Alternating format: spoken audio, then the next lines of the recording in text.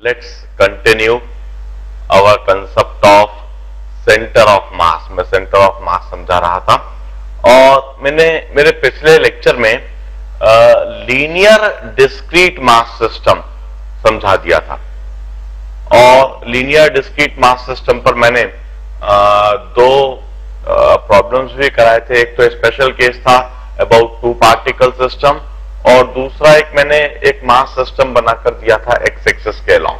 Now let me continue those concept of centre of mass with planar discrete mass system. If we have got a planar discrete mass system, now what do you mean by a planar term? A planar means the mass is distributed over a plane. एक XY plane में मास distributed होएगा और discrete का मतलब है कुछ fix point पर कुछ फिक्स मासेस कॉन्सेंट्रेटेड होंगे। Planar discrete mass system, let us से this is XY plane और इस XY plane पर at different points we have got few masses concentrated. Planar हम इसलिए बोल रहे हैं because complete mass is lying on XY plane and we are describing it by the term discrete because fixed masses are concentrated at fixed point. यह सारे masses कुछ point पर concentrated है, यह continuously distributed नहीं है। For example, this is mass m1 lying at x1 y1. This is mass m2 lying at x2 y2. This is mass m3 lying at x3 y3. This is mass mn lying at xn yn. इस तरह से अलग अलग point पर यह कुछ अलग अलग मासेस डिस्ट्रीब्यूटेड है and we wish to determine their centre of mass. Definitely since the complete mass system is lying on XY plane, hence center of mass must also lie on XY plane. इसलिए इस पूरे mass system का centre of मास भी XY plane पर ही होना चाहिए। There must be some X coordinate of center of mass, there must be some Y coordinate of center of mass. कहीं इस जगह पर सेंटर ऑफ मास होना चाहिए जिसका कुछ x कोऑर्डिनेट भी होएगा और y कोऑर्डिनेट भी होएगा and we need to determine the location of the centre of mass. We need to determine x coordinate of center of mass. We need to determine y coordinate of center of mass. Now, in what manner? Once again, x coordinate of center of mass and y coordinate of center of mass, they are determined by two separate equations. हम दो equation बनाएंगे। x coordinate determine करने के लिए हम एक अलग equation बनाएंगे, y कोऑर्डिनेट डिटरमाइन करने के लिए हम एक अलग इक्वेशन बनाएंगे और दो अलग अलग इक्वेशन के द्वारा x और y कोऑर्डिनेट को हम सेपरेटली डिटरमाइन करेंगे। Once again our logic would remain same. हम एक रेफरेंस एक्सिस लेंगे और उस रेफरेंस एक्सिस के अबाउट हम पूरे मास सिस्टम का मोमेंट डिटरमाइन कर लेंगे। Then we will concentrate complete mass at a point और फिर हम इस पॉइंट मास का उसी रेफरेंस एक्सिस के अबाउट मोमेंट डिटरमाइन करेंगे and if that moment comes out to be the same value as the moment of mass system, in that case that point would be termed as centre of mass. मैं मेरे इस concept को इसी समय apply करके दिखाता हूं। पहले what about the reference axis? हमने कहा है reference axis must always be perpendicular to mass distribution. यदि हम x coordinate of centre of mass determine करना चाहते हैं यदि हम सेंटर ऑफ मास का x कोऑर्डिनेट डिटरमाइन करना चाहते हैं, then learn that x coordinate is distance of the point from y axis. जो x कोऑर्डिनेट होता है वह पॉइंट का y एक्सिस से दूरी होता है। In order to determine x coordinate, our reference axis would be y axis. x coordinate determine करने के लिए हम रेफरेंस y एक्सिस को लेंगे, while in order to determine y coordinate, our reference axis must be this x axis, because y coordinate is distance from x axis. अब देखिए, मैं दो इक्वेशंस सबसे पहले लिख रहा हूं सेंटर ऑफ मास डिटरमाइन करने के लिए। सबसे पहले मैं x कोऑर्डिनेट डिटरमाइन करने के लिए इक्वेशन लिखता हूं। Now, what is moment of mass m1 about y axis? y axis से मास m1 की दूरी है x1 and moment of mass m1 about y axis is m1 x1. What is moment of mass m2 about y axis? It's m2 x2. What is moment of mass m3 about y axis? It's m3 x3. इस तरह से हम सभी masses के लिए उनकी y axis से दूरी x1, x2, x3 यह देखते जा रहे हैं और हम एक एक पॉइंट मास का मोमेंट y एक्सिस के अबाउट लिख रहे हैं। m1 x1 moment of mass m1 about y axis, m2 x2 moment of mass m2 about y axis, m3 x3 and so on. In this manner mn xn. This is moment of mass, different masses about y axis. Now, what is total moment of mass system about y axis? Total moment of mass system about y axis is this. हमने सभी particles का moment add कर दिया. This is total moment of mass system about y axis. Now total moment of mass system about y axis निकालने के बाद अब हम क्या कह रहे हैं कि इस पूरे के पूरे मास को एक पॉइंट मास बना दीजिए. सभी मासेस को कॉन्सेंट्रेट कीजिए, कन्वर्ज कीजिए और उसे पॉइंट मास बना दीजिए. इन दैट केस उस पॉइंट मास का जो टोटल मास होएगा that is m1 plus m2 plus m3 and so on up to mn. This is if the complete mass were made point mass. इसे हमने किसी भी x कोऑर्डिनेट पर रख दिया, इस xy प्लेन में किसी भी x कोऑर्डिनेट पर रख दिया तो इसकी दूरी y एक्सिस के साथ जो होगी that is it's x coordinate. Now what is moment of this point mass about y axis? Its total mass into its distance from y-axis. Its distance from y-axis is x coordinate. जहां भी हमने इसे रखा. Now, the definition of center of mass. If total moment of mass system is equal to moment of this point mass, यदि यह दोनों moment बराबर हो जाए तो वह पॉइंट सेंटर ऑफ मास कहलाने लगेगा. वहां पर जो x कोऑर्डिनेट हमने लिखा है वह x coordinate of centre of मास कहलाने लगेगा. This is the definition of centre of मास. अब इसी डेफिनेशन को मैं y कोऑर्डिनेट डिटरमाइन करने के लिए भी लगा देता हूं. बिल्कुल इसी तरह से लिखूंगा. y coordinate of centre of mass determine करने के लिए हम रेफरेंस एक्सिस x एक्सिस लेंगे and will take moment of this mass system about x axis. किस तरह से? x एक्सिस से पार्टिकल की दूरी होती है it's y coordinate. The y coordinate of particle is distance of particle from x axis.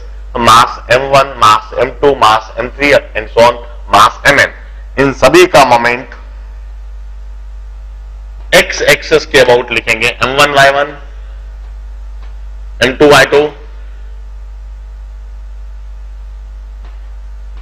m3 y3 and so on up to mn yn. इस तरह से हमने हर एक पार्टिकल का मोमेंट एक्स एक्सिस के अबाउट लिख दिया, हमने इन सभी टर्म्स को ऐड कर दिया, and in this manner this becomes total moment of mass system about x axis. अब यदि हम इन सबको कॉन्सेंट्रेट करके पॉइंट मास बना देते हैं, तो वह जो पॉइंट मास होगा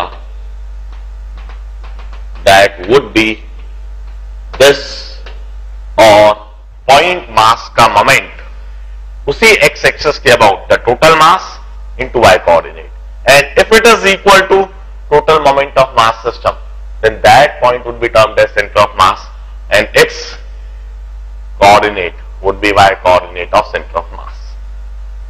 This is the y coordinate of center of mass. Now अब x और y coordinate लिखने के लिए मैं बिल्कुल सिंप्लीफाइड मैनर में यहां m1 plus m2 plus m3 up to mn इसको डिनोमिनेटर में ले आऊंगा दोनों ही जगह से, और मैं x और y कोऑर्डिनेट के लिए सिंपलेस्ट इक्वेशन लिख देता हूं। x coordinate of centre of mass is m1 x1 plus m2 x2 and so on up to mn xn whole upon m1 plus m2 and so on up to mn। यह equation तो बिल्कुल वैसी की वैसी ही दिख रही है जैसे हमने लीनियर मास सिस्टम में लिखी थी, x coordinate of centre of mass determine करने के लिए, और सेंटर ऑफ मास का वाई कोऑर्डिनेट डिटरमाइन करने के लिए भी जो इक्वेशन बनी है it's analogous, it's similar. Y coordinate of centre of mass is m1 y1 plus m2 y2 and so on up to mn yn whole upon m1 plus m2 up to mn। हम इस तरह से x और y coordinate of centre of मास लिखेंगे। I may rewrite this equation in this manner. X coordinate of center of mass is summation of mi xi, summation of mi xi upon summation of mi. Summation of mi xi means m1 x1 plus m2 x2 plus m3 x3, and this summation of mi xi is written as total moment of mass system about y axis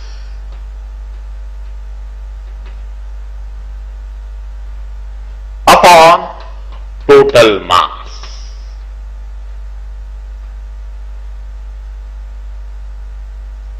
This is how we'll define summation of mi xi upon summation of mi। इसी तरह से मैं summation of mi yi लिख देता हूं। y coordinate of center of mass is summation of mi yi upon summation of mi.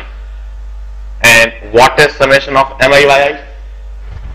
It's total moment of mass system about x axis upon total mass. It's total moment of mass system about x axis upon total mass. This is how we'll define center of mass of a planar discrete mass system.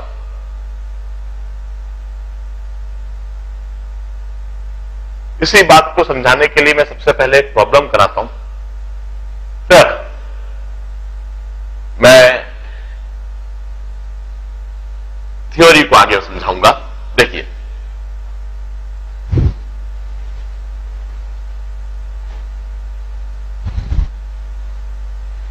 If we have a mass system like this, मैं एक mass system बना रहा हूं और इसका centre of मास इसी समय आप डिटरमाइन करके बता दीजिए.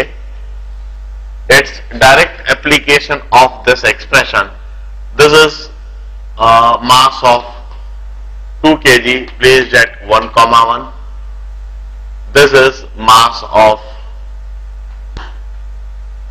3 kg placed at 2,3. This is mass of 4 kg placed at 2,2, and this is mass of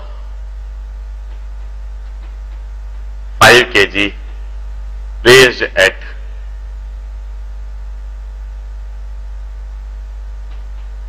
3/2, -1. If this is a mass system, मैंने masses भी दे दिए और उनके x और y कोऑर्डिनेट भी दे दिए.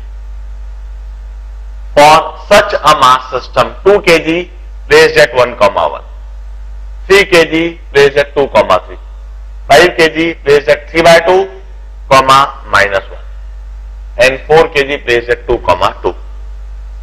For this mass system, tell me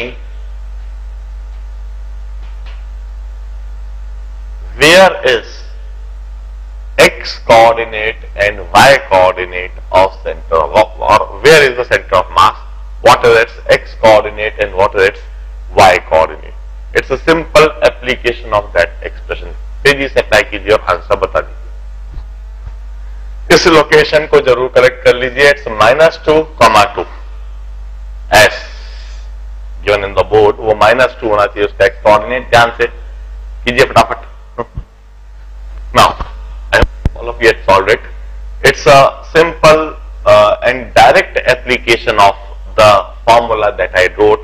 X coordinate of center of masses m1 x1 plus m2 x2 plus m3 x3 plus m4 x4 whole upon m1 plus m2 plus m3 plus m4, and you should get it 15 upon 28.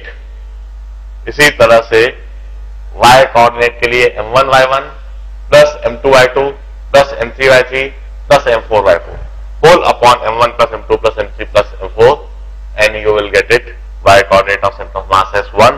Hence center of mass is located at 15/28, 1.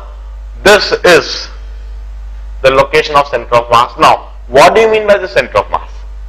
Here we mean that अब हम इन सभी masses को अपनी जगह से हटा दें, इन सभी मासेस को अपनी जगह से हटा दें और इसकी जगह पर हम एक सिंगल मास रख दें. That mass must be placed somewhere here, और वह जो पॉइंट मास होगा वह उसका टोटल मास उतना ही होना चाहिए जितना पूरे मास सिस्टम का था. That is 14 kg. 14 kg का एक पॉइंट मास रखना होगा और 14 kg का यह जो पॉइंट मास है 15/28, 1. यदि इस जगह पर हम 14 kg का मास रख दें तो इस पॉइंट मास का बिहेवियर बिल्कुल वैसा ही होगा जैसा कि पूरे मास सिस्टम का होना चाहिए. पूरे मास सिस्टम की जगह पर एक पॉइंट मास 14 kg का इस जगह इस पॉइंट पर रख के सिस्टम को एनालाइज करा जा सकता है. अब लीनियर डिस्क्रीट मास सिस्टम देखने के बाद, प्लेनर डिस्क्रीट मास सिस्टम देखने के बाद, अब हम 3 डायमेंशनल डिस्क्रीट मास सिस्टम, जिसको बहुत ज्यादा डिटेल में समझाने की आवश्यकता नहीं है, मैं सीधा सीधा इसके लिए इक्वेशन लिख देता हूं, क्योंकि जिस तरह से आपने प्लेनर डिस्क्रीट के लिए इक्वेशन समझी है वो उसी तरह की इक्वेशन आपने लीनियर डिस्क्रीट के लिए भी लिखी थी, और उसी तरह की similar identical equation 3 dimensional discrete mass system के लिए लिखी जा सकती है. जैसे प्लेनर डिस्क्रीट में आपने सिर्फ एक इक्वेशन लिखी थी, सॉरी लीनियर डिस्क्रीट में आपने सिर्फ एक इक्वेशन लिखी थी, प्लेनर डिस्क्रीट में आपने 2 इक्वेशन लिखी. 3 डायमेंशन डिस्क्रीट में आप उसी तरह की 3 इक्वेशन लिखोगे. 3 dimensional discrete mass system.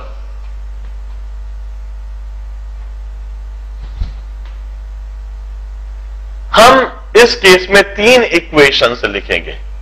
X coordinate के लिए अलग लिखेंगे, वाई कोऑर्डिनेट के लिए अलग लिखेंगे और जेड कोऑर्डिनेट के लिए अलग लिखेंगे।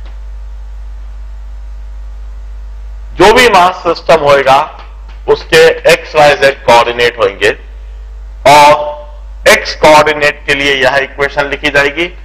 X coordinate of centre of mass is summation of MIXI upon summation of MI।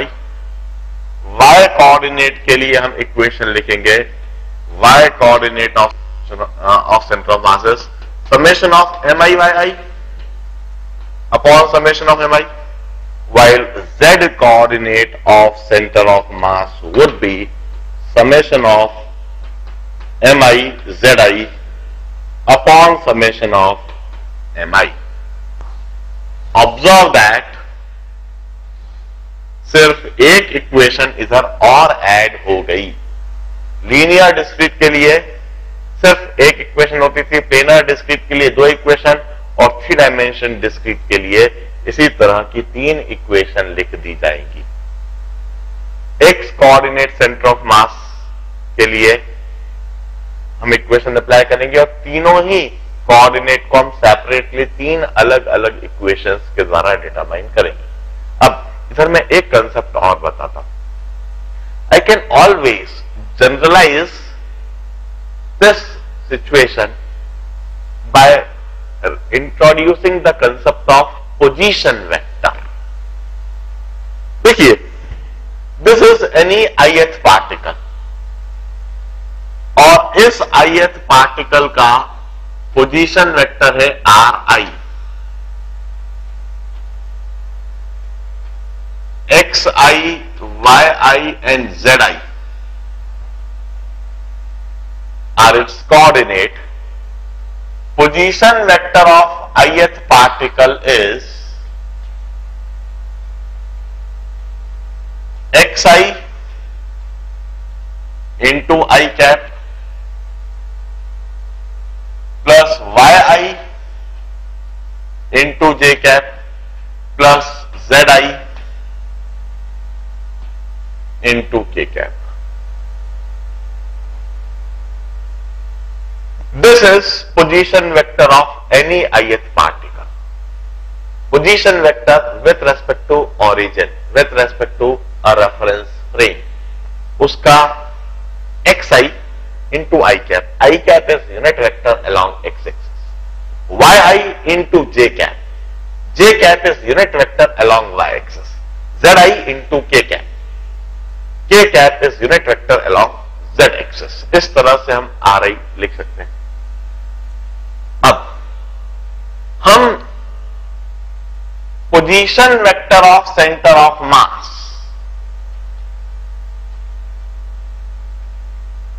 जो भी सेंटर ऑफ मास जहां पर भी होएगा उस सेंटर ऑफ मास का कुछ एक्स कोऑर्डिनेट भी है, वाई कोऑर्डिनेट भी है, जेड कोऑर्डिनेट भी है। Position vector of centre of mass would be written as XCM into I cap, YCM into J cap, ZCM into K cap. This is position vectors of center of mass, जिसमें उसका X coordinate into I cap, Y coordinate into J cap. अब जरा सोचिए, मैं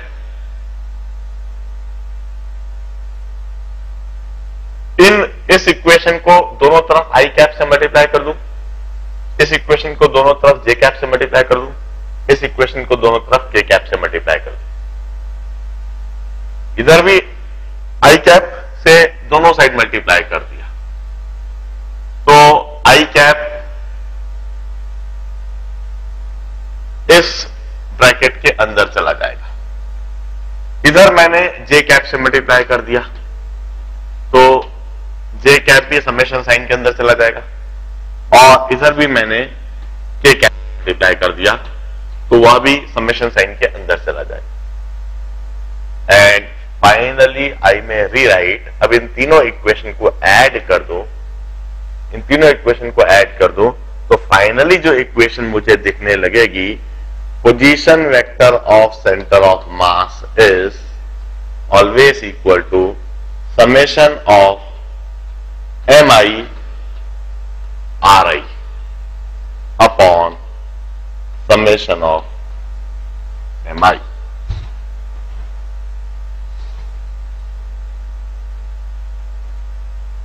Position vector of center of mass is summation of mi ri upon summation of mi. This is the position vector of center of mass, the final equation for any type of discrete mass system. अब चाहे linear mass system होएगा तब भी यह equation apply होगी, planar mass system होएगा तब भी यह इक्वेशन अप्लाई होगी, और 3 डायमेंशनल डिस्क्रीट मास सिस्टम होएगा तब भी यह इक्वेशन अप्लाई होगी। यदि लीनियर मास हुआ तो वहां पर सिर्फ xi टर्म ही होगी और इधर भी सिर्फ xcm ही आएगा।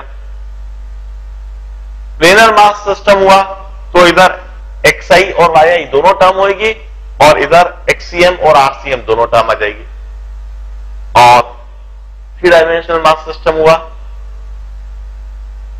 तो हम इस इक्वेशन को ऐसे लिख देंगे, RCM is equal to XCM into I cap plus YCM into J cap plus ZCM into K cap.